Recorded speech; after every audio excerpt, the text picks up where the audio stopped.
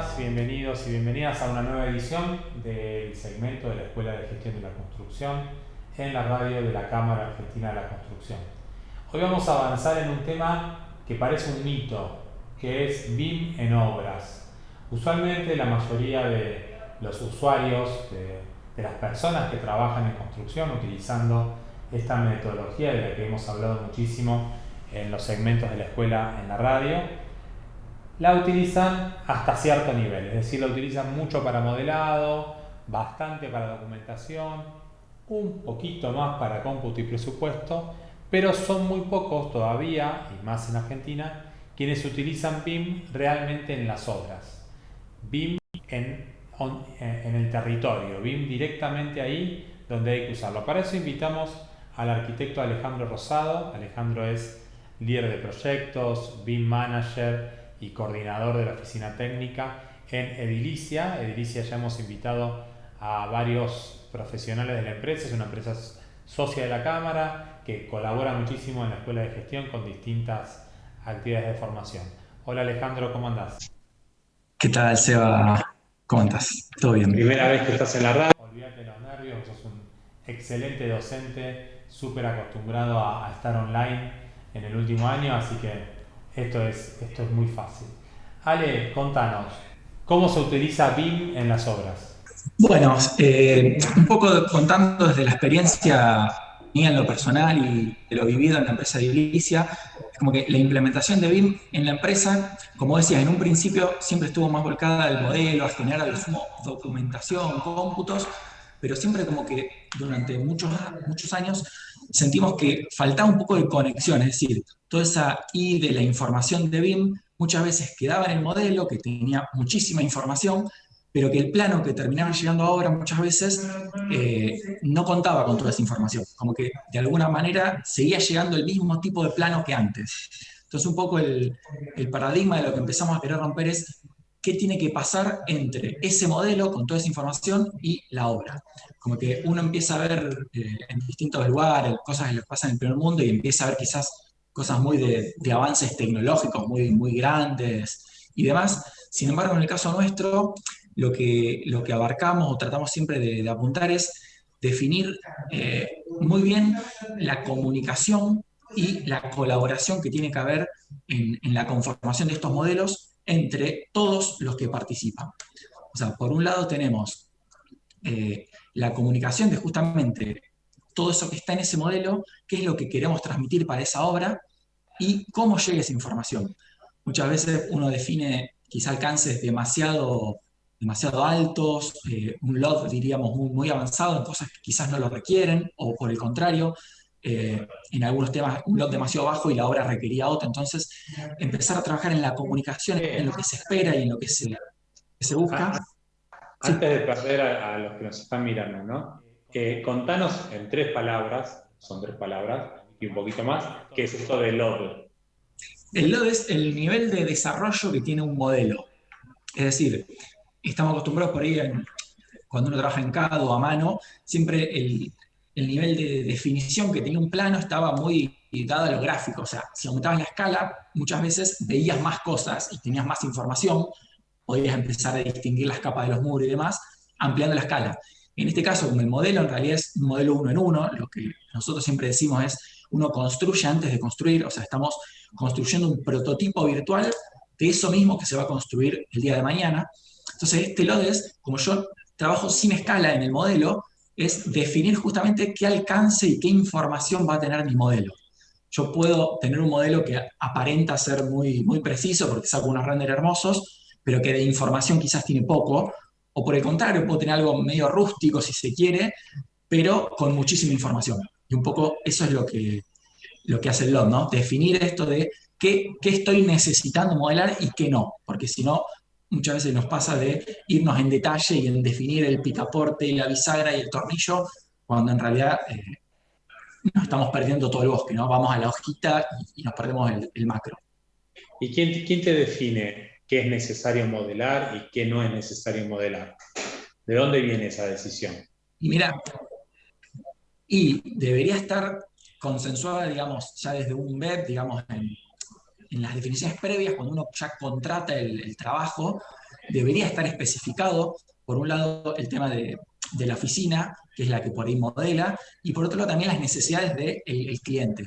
Por ahí en esto nosotros trabajamos siempre mucho entre la unión de BIM y Lean Construction justamente apunta a el foco en el cliente, o sea, que toda mi tarea tiene que estar focalizada y puesta con toda la atención en lo que el cliente necesita o lo que el cliente le interesa obtener. Entonces, si yo defino un lot demasiado alto o más de lo que mi cliente, que el cliente no necesariamente es el dueño, el cliente es el próximo en la cadena de producción. O sea, para la oficina técnica, muchas veces el cliente es la obra, porque es la que en definitiva va a utilizar y a procesar toda esa información que llega. Entonces, en muchos casos es desde un web, en la concepción original, definir ese lot. En otros casos es directamente consensuar con este siguiente eslabón en la cadena de justamente jefe de obra, ¿qué necesitas? ¿Qué no necesitas? ¿Cómo lo vamos a hacer? ¿Cómo no lo vamos a hacer? Para justamente focalizar y poner la atención en lo que a la obra le va a servir y las cosas que no le va a servir a la obra, no perder tiempo en definiciones. No es que tampoco un lot Ale, 300... Sí. Disculpa que te interrumpí, pero me surgió una pregunta que puede ser interesante. Mencionaste el jefe de obra. Sí. Según tu experiencia, según lo que ustedes hacen también en Edilicia, ¿no? Que es parte de tu bagaje, ¿qué tiene que saber de BIM un jefe de obra? Mira, en un principio como que apuntamos siempre a capacitar y a que la gente en obra conozca de la metodología BIM, no necesariamente del software de modelado. Es decir, no esperamos que el jefe de obra sepa modelar, sí que tenga un conocimiento mínimo como para poder abrir y operar un modelo, quizá orbitar, abrir un cómputo, ordenar el cómputo de otra manera, pero es un conocimiento relativamente básico. Y sí, lo que nosotros hacemos en esto que les decía al principio de la comunicación es establecer un vínculo muy directo entre todas las patas que apuntan a lo que es la construcción, ¿no? Entonces, en ese sentido, en muchas de las obras, directamente lo que hacemos es, una vez que la obra empieza, mudar la oficina a la obra, directamente. Armamos un servidor o trabajamos en la nube y la oficina se muda a la obra para estar en contacto directo con lo que va pasando y las necesidades que va viendo ahí.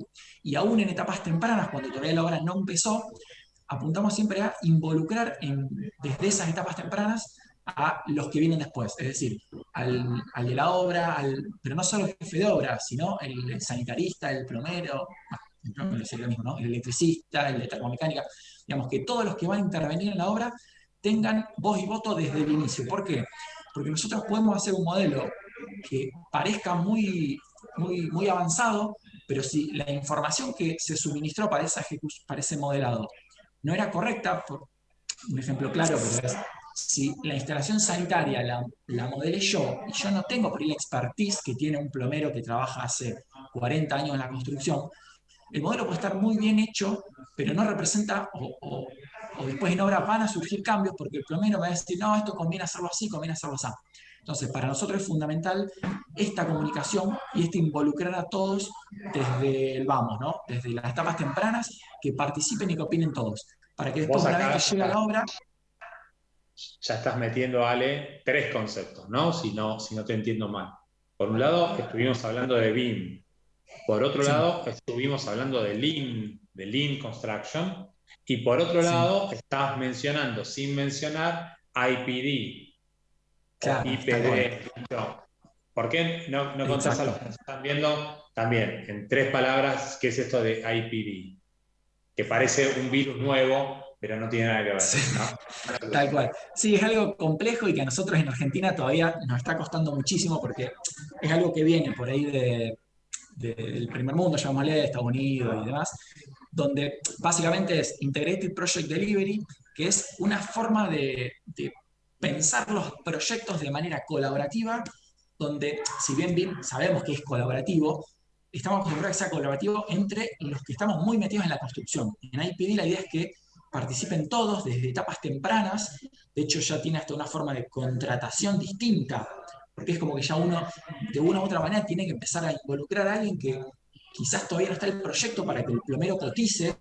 Bueno, sabés si es el más barato o no, si a futuro quizás estamos acostumbrados a que el día de mañana yo pido precio y lo cambio. Bueno, acá estamos hablando de una forma de gestionar proyectos que tiene un paradigma distinto, donde acá estamos acostumbrados a pensar mal del otro. Bueno, acá al revés, acá es trabajar todos unidos con un mismo fin, buscando justamente el beneficio común del proyecto. Ya no es el beneficio propio de cada uno.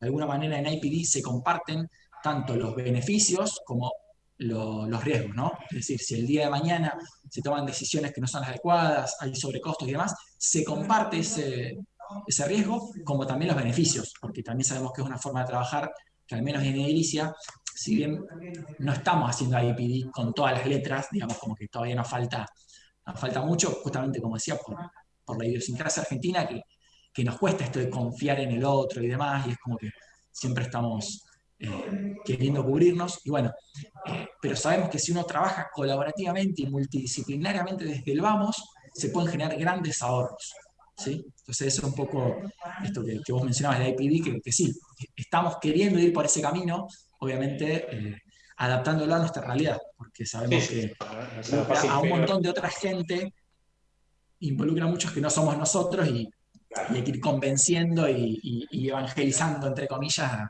a los demás para ir por este camino. pero digamos que encontramos mucha potencia en cuanto a resultados si vinculamos estas tres patas, ¿no? BIM, Lean y IPD. Disculpen los que no les gusta el inglés, pero bueno, son términos que vienen de ese idioma que generan muy buenos resultados. Todo esto, Ale, se nos está acabando el tiempo, sé que estás yendo de otra reunión, por eso no quiero extendernos demasiado, pero todo esto es lo que vemos en tu módulo de gestión de obras dentro de la diplomatura en implementación BIM en obras que hacemos en la escuela, ya por segundo año consecutivo. Este 2021 empezó. Pensamos que el año pasado nos había ido bien porque la gente estaba en su casa por la cuarentena. Este año que hay un poco más de apertura, por suerte laboralmente, también nos está yendo muy bien. Un muy lindo grupo de alumnos, súper enganchados en la participación, y dentro de poco empieza tu módulo. En un renglón, ¿qué vamos a ver en el módulo de gestión de obras? Bueno, básicamente nosotros queremos compartir justamente todas estas experiencias de todo lo que fuimos aprendiendo a lo largo de todos estos años en la empresa. Ya hace más de 10 años que estamos trabajando con BIM. Obviamente lo que hacíamos hace 10 años no es lo mismo que lo que hacemos hoy, y toda esa experiencia, ese bagaje que fuimos obteniendo, la idea es un poco poder compartirlo, ver casos reales, experiencias, digamos, tanto en Edilicia como constructora, como también como gerenciadora. Hemos hecho también gestión de obras donde no construíamos y utilizamos BIM para dar una mano al cliente, a la dirección de obra, en el control y el seguimiento. Bueno, la idea es un poco trabajar desde siempre, es generar una comunidad donde no es solo yo digo qué es lo que hay que hacer, sino generar este debate y esta charla que siempre nos enriquece mucho, de compartir con otros, que en este caso, al ser virtual, también tiene la riqueza de que compartimos con gente de distintas provincias, hasta distintos países muchas veces, y la verdad es que eso enriquece muchísimo porque son realidades distintas, y más allá de que uno viene con una cierta experiencia, siempre se aprende y se va viendo cosas nuevas, cosas distintas. Muchísimas gracias, Ale, por tu intervención hoy en Radio Cámara, en el segmento de la escuela. Seguramente tendremos muchas más oportunidades de invitarte. Gracias y saludos, obviamente, a toda la gente querida de Edilicia, que siempre promueve que sus profesionales participen en las actividades de la Cámara, lo cual es una gran ventaja para nosotros como Cámara, contar con socios que se comprometen con la gremial empresaria y participan de este modo. Así que gracias y saludos a todos por allá. A todos los que nos vieron, a los que nos van a ver luego en YouTube, no se olviden de suscribirse a nuestro canal, de modo de estar atentos y atentas a cada una de las intervenciones que vamos haciendo en la red. Así nos siguen y se enteran absolutamente de todo. Será hasta la próxima vez.